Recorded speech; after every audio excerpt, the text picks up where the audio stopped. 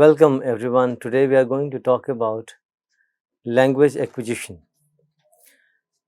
So, as we know, language is a remarkable endowment to human being, and perhaps language is one of the most important criteria which keeps us above all the rest of the species in the animal kingdom.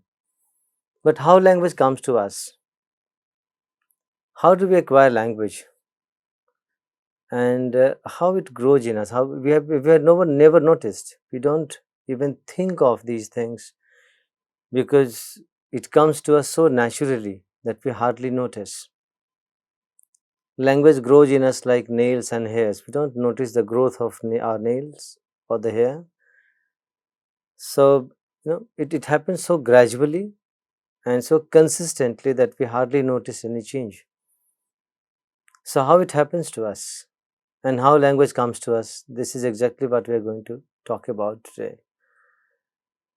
So, while talking about acquisition of language, we have three remarkable theoretical positions, out of which behaviorist theory of first language acquisition or language learning, or we can say learning, has a very wider implication and a long held tradition. But this thing changed in 1957. That's a remarkable year in the history of language and understanding of language as a phenomena. So, we'll talk about behaviorist paradigm in language learning today. Look at the human child, and if you happen to see child around, a nascent newly born baby, uh, you know you must have noticed how they babble, they coo, they cry, and how they are able to make sense of these babbles, coos, and cries by sending and receiving messages, both vocally and non vocally. And from there, we start as a baby, and by the end of the first year, a child starts imitating words and certain speech sounds, right? And perhaps at the end of the year from birth, the child utters a few words, learns a few words, very simple words, few words. By the age of 18 months, 1.5 years, you see the vocabulary grows in terms of size of the word and also sometimes clustering these 2 3 words together, utterances, and that speech sample is also known as telegraphic messages. So by the age of 18, a child is able to sustain 2 to 3 words in a row, and which forms an utterance. So keywords, the child starts using keywords. By the end of 3 years of his age or her age, child comprehends an incredible amount of speech in the environment, and they start chattering non-stop. And by the time child goes to school, they start internalizing increasingly complex structures, and their vocabulary is expanded, and they have certain communication strategies. They develop certain communication strategies. They know turn taking, they know turn giving, and this is how they start interacting frequently, freely, and flawlessly. And they learn many functions of language by the time they go to school. So, this is a remarkable development. And this development has been accounted by different theoreticians and practitioners in the field with different explanations. One of them is the behaviorist paradigm and how they account for this development in the child in terms of language. We are going to talk about that today.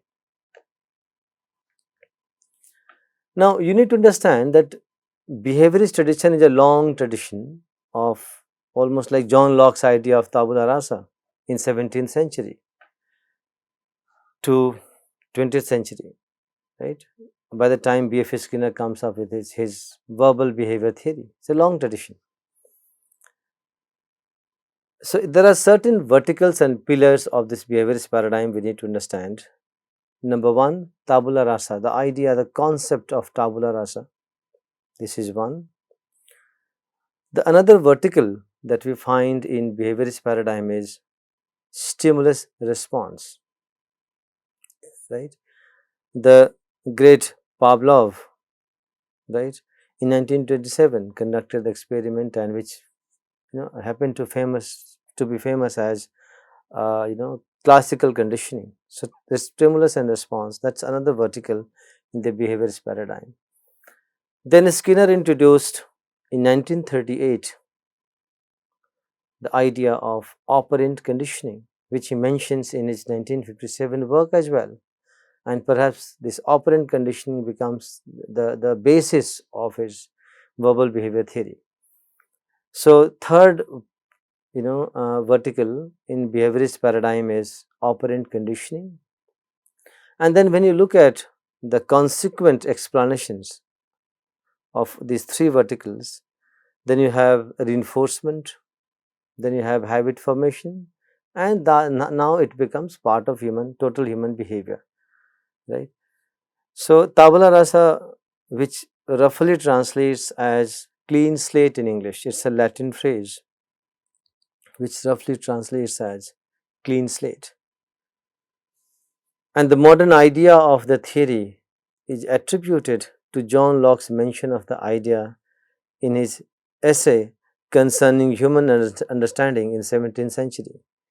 In Locke's philosophy, tabula rasa refers to the state that at birth the human mind is a blank slate without rules for processing data, and that data is added and the rules for processing are formed solely by one's sensory experiences.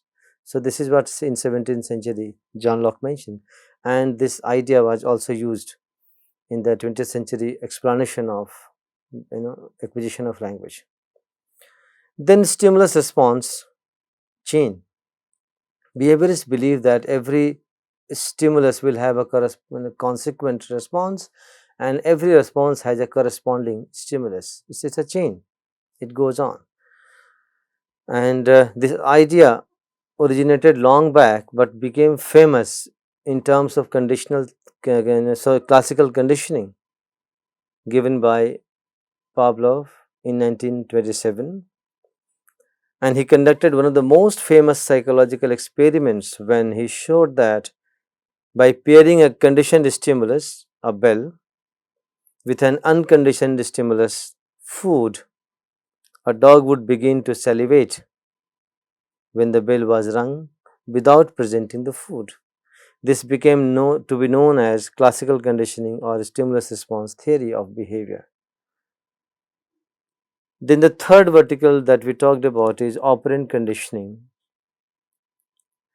right? Operant conditioning is the use of consequences to modify the occurrence and forms of behavior. It refers to conditioning in which the organism, in this case a human being, produces a response or operant, a sentence or utterance without necessarily observable stimuli.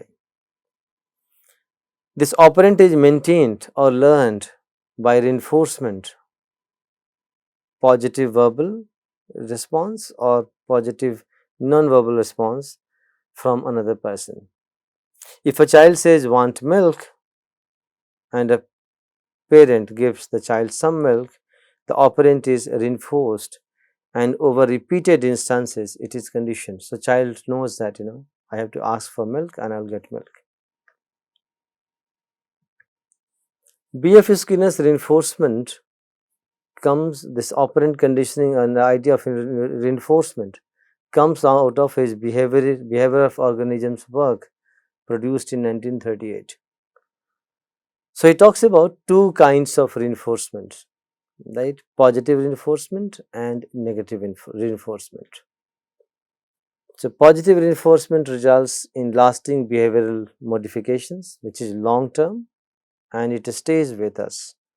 Negative reinforcement, which is punishment, changes behavior only temporarily and it's a short term gain, it doesn't stay with us and it has many detrimental side effects.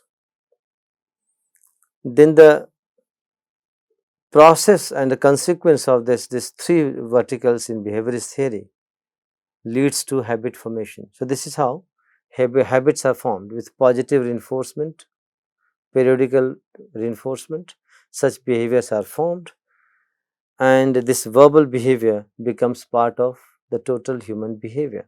This is how behaviorists respond to the question that how a human child acquires language.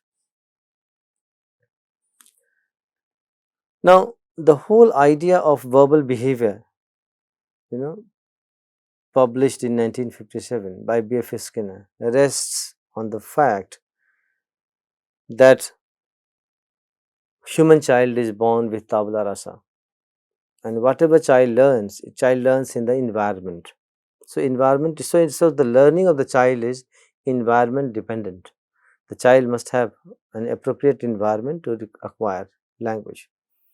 And how does child acquire language? In terms of stimulus and response, input that the child gets from the environment, then frequent and consistent reinforcement, reward and punishment method, where if the child utters right word, he or she is appreciated. If the child makes a mistake or commits an error, then the child is subjected to pattern practices. So, that is punishment for the child, and that child is conditioned in such a way that next time child gives you desired responses. So, this is stimulus and response chain, and this leads to operant conditioning, right. This operant conditioning leads to habit formation, and once this series of responses become part of your habit, you have developed verbal behavior, and which is considered part of total human behavior. So language as a verbal behavior is part of total human behavior. So, the way we acquire other behaviors, right, we also acquire language in a similar way. So, this is an externally perceptible, publicly observable thing, this is what behaviorists believed. So, according to Skinner, verbal behavior, like other behaviors, is controlled by its consequences. So, when consequences are rewarding, we are talking about positive reinforcement, behavior is maintained and is increased in strength and perhaps frequency. When consequences are punishing or discouraging, when there is a total lack of reinforcement, the behavior is weakened and eventually extinguished. So, that this refers to frequent corrections that the parents or the people around the child make. That's So, Skinner's theories attracted a number of critics like Noam Chomsky, but it also had people who defended it. So, if you look at this entire behavioral understanding of language acquisition, it rests on three verticals. Number one, stimulus response chain. Number two, the idea of tabula rasa. That's the basic philosophy of behaviorist paradigm, where they talk about a child's you know uh, mental state being like a blank slate. So, there is no understanding, there is no rule, there is no data, there is no knowledge of language at all. It's a blank slate, and child is dependent on the environment to learn language. So, you have to keep in mind that language is something observable, perceptible, and externally visible. So, the primary data comes to child as an input from the environment, and then child responds to this stimulus, and this stimulus and response chain, right, leads to operant conditioning. Operant conditioning refers to reinforcements that we give to the child, positive or negative. So, reward and punishment method, where we appreciate the child if the child utters a right word or desired word, and we correct or make corrections to the utterance of the child if the child commits an error, and then child is subjected to parental practices. So, lots of practices are given to the child, and then what Skinner says, that when consequences are punishing or when there is a total lack of reinforcement, then but that means you don't appreciate, you don't encourage the child to commit errors, the behavior is weakened and eventually extinguished, right. So that mistake goes away and the child learns the right response to any given stimulus, and this is how behaviorists believe that we learn language. Now, this is a remarkable thing to notice, that behaviorists believed child to be born with a tabula rasa, which was challenged later on by Chomsky, right. But this whole idea of tabula rasa, makes the child dependent on the environment in learning a language. Number two, learning a language is being equated with learning of any other human behaviors that we learn from the environment. Number three, language learning is not an autonomous phenomena in this behaviorist paradigm, but it is relegated to the environment dependency. So, the child is dependent on the environment to learn the language, right.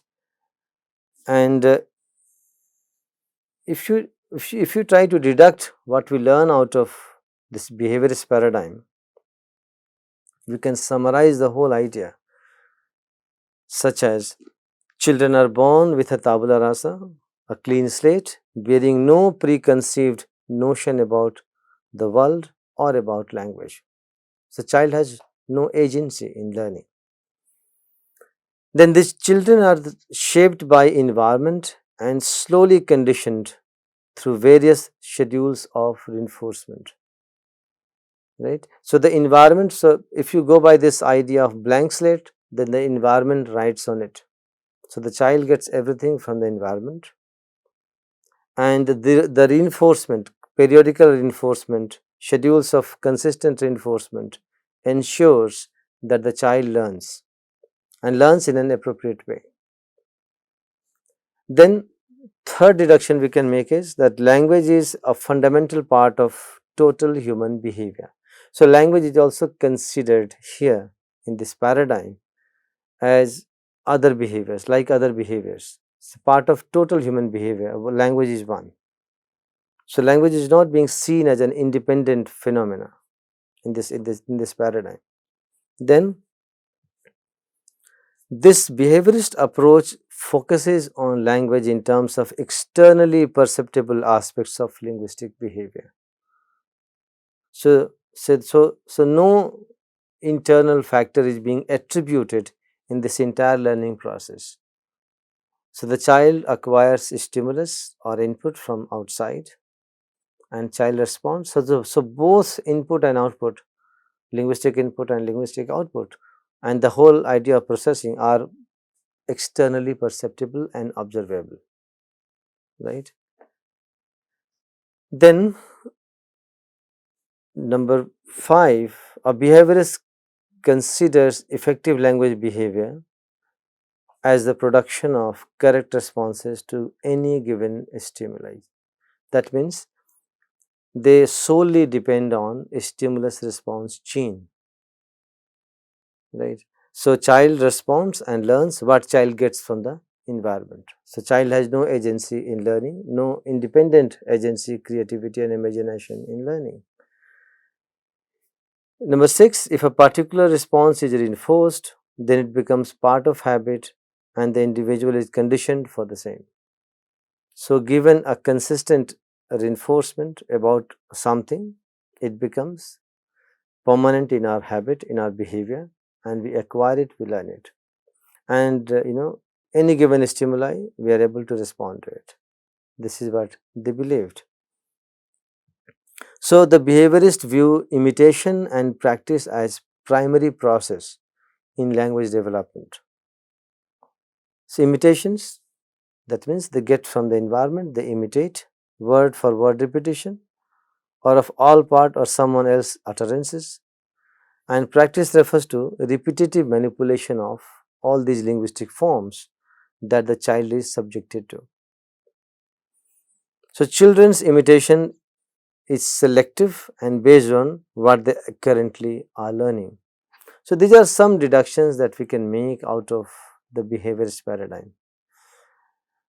And B.F.Skinner in 1957 published his work called Verbal Behaviour, and perhaps that's the most significant monumental work in behaviorist paradigm for explaining language acquisition process or learning process.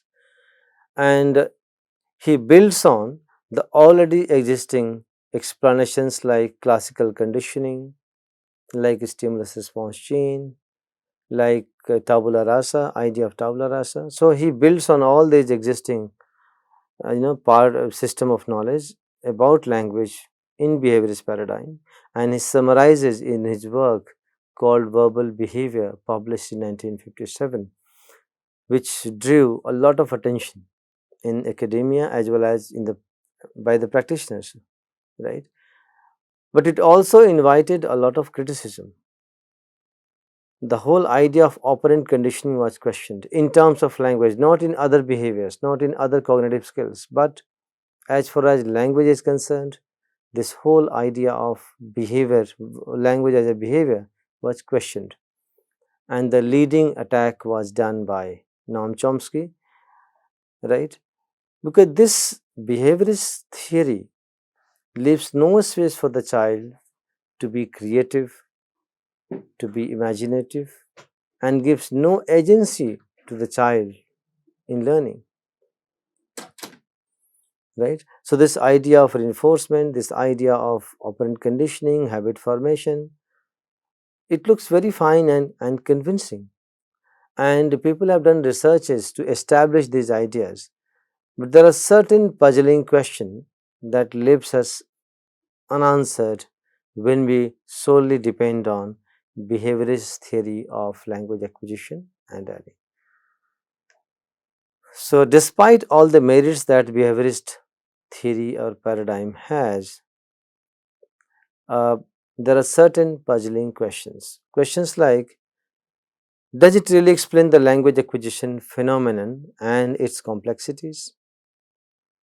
Do we really believe that the simplistic view that the behaviorists put forward in their explanation can hold or account for the complexity of learning a language?